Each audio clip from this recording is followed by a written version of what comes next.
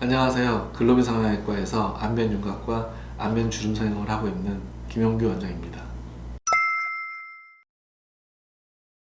만나서 반갑습니다. 성형외과 수술이라는 게 사실 우울증 있는 분들이 성형수술이 잘 돼서 그런 걸 벗어나거나 그런 분들도 많이 봤어요. 그래서 사실 긍정적인 면이 있다고 보고요. 저도 뭐 경력 한 20년 정도 됐는데 뭐 절대 실패하는 경우는 없습니다. 다만 회복기간이 조금 더 걸리느냐, 좀 덜 걸리느냐, 이런 문제입니다. 그래서 언제든지 뭐 저희 병원이 열려 있으니까 상담하시고 뭐 꼭 얼굴 아니더라도 제가 의사로서 상담해 드릴 수 있는 부분은 상담을 해드리고 있습니다.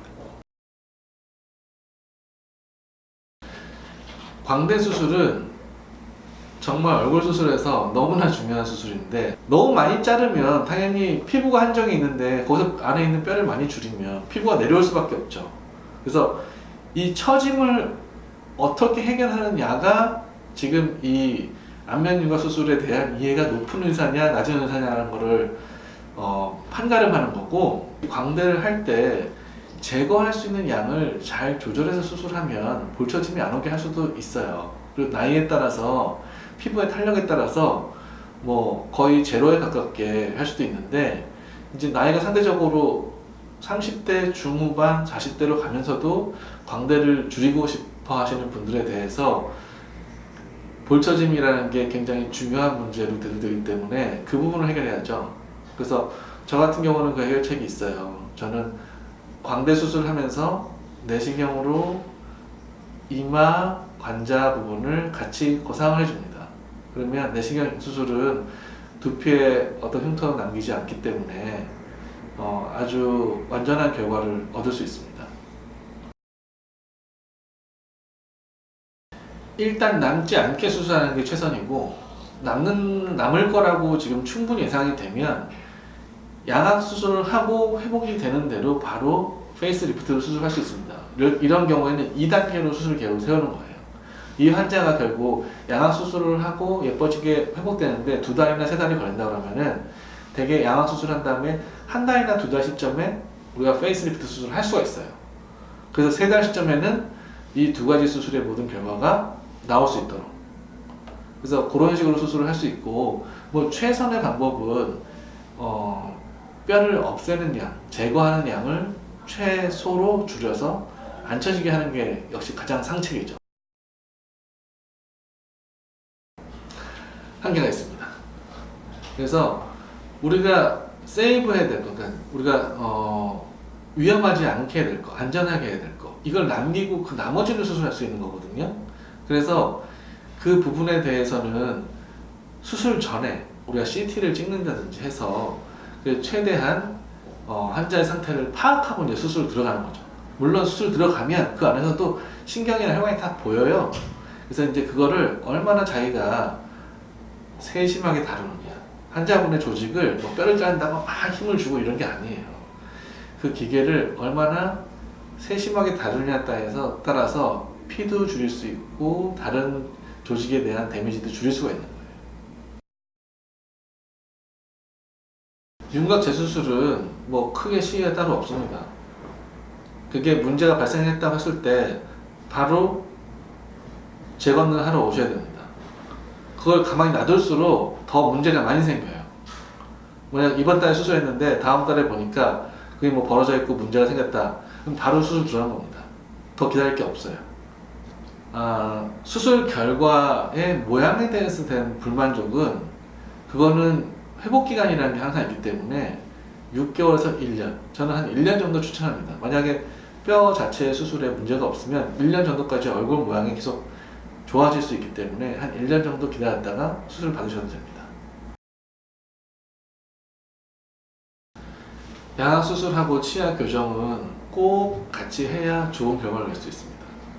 그런데 이제 어떤 걸 먼저 하느냐, 원래는 이제 우리가 교정을 먼저 하고 그 다음에 수술을 하는 게 수술도 굉장히 부드럽게 잘 되고 교합의 안정성도 유지하기가 좋아요.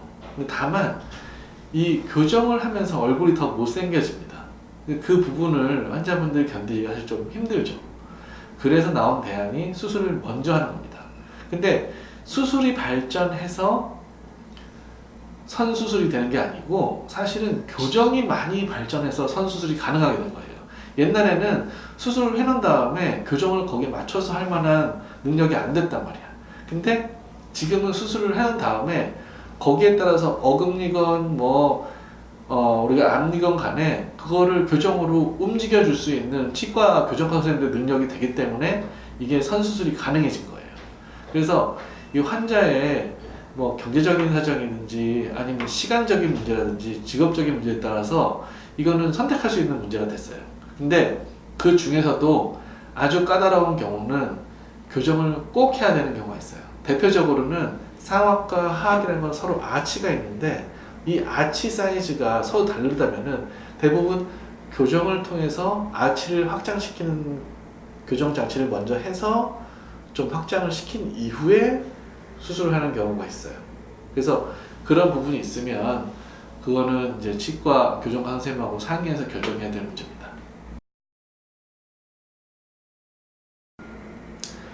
일단 효과가 별로 없을 얼굴을 말씀드리면, 얼굴은 뼈와 살로 이루어졌는데 일단 피부나 이 살이 보기가 좋을 때 우리가 뼈를 수술한 결과가 최대한 나타나는 겁니다. 그러니까 얼굴에 살이 너무 많아서 뼈가 드러나지 않으면 뼈를 아무리 수술해도 뼈가 수술한 결과가 얼굴에 드러날 수가 없어요.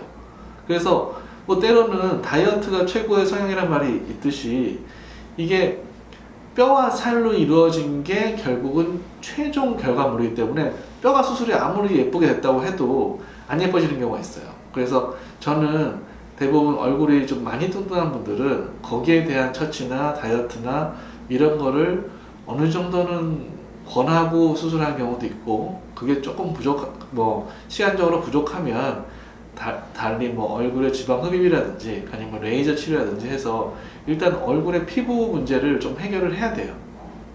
네, 그게 아니면은 대부분 수술하면 다 예뻐질 수가 있습니다. 저 같은 경우에는 이제 광대나 상악턱을 할 때는 내시경 이마 거상 수술을 많이 같이 권하는 편입니다. 왜냐하면 피부가 처질 수 있는 환자한테는 미리 이걸 같이 해놓으면 굉장히 좋은 결과가 볼 수 있어요. 하고 기타 눈이나 코 수술 같은 것도 같이 하는데 아무 문제는 없습니다. 그래서 많이들 물어보시는데 이 수술하면서 저거 수술 같이 할 수 있어요? 물어보는데 큰 문제는 없어요. 눈 하면서 코도 하면서 윤곽을 한다, 다 가능한 일입니다.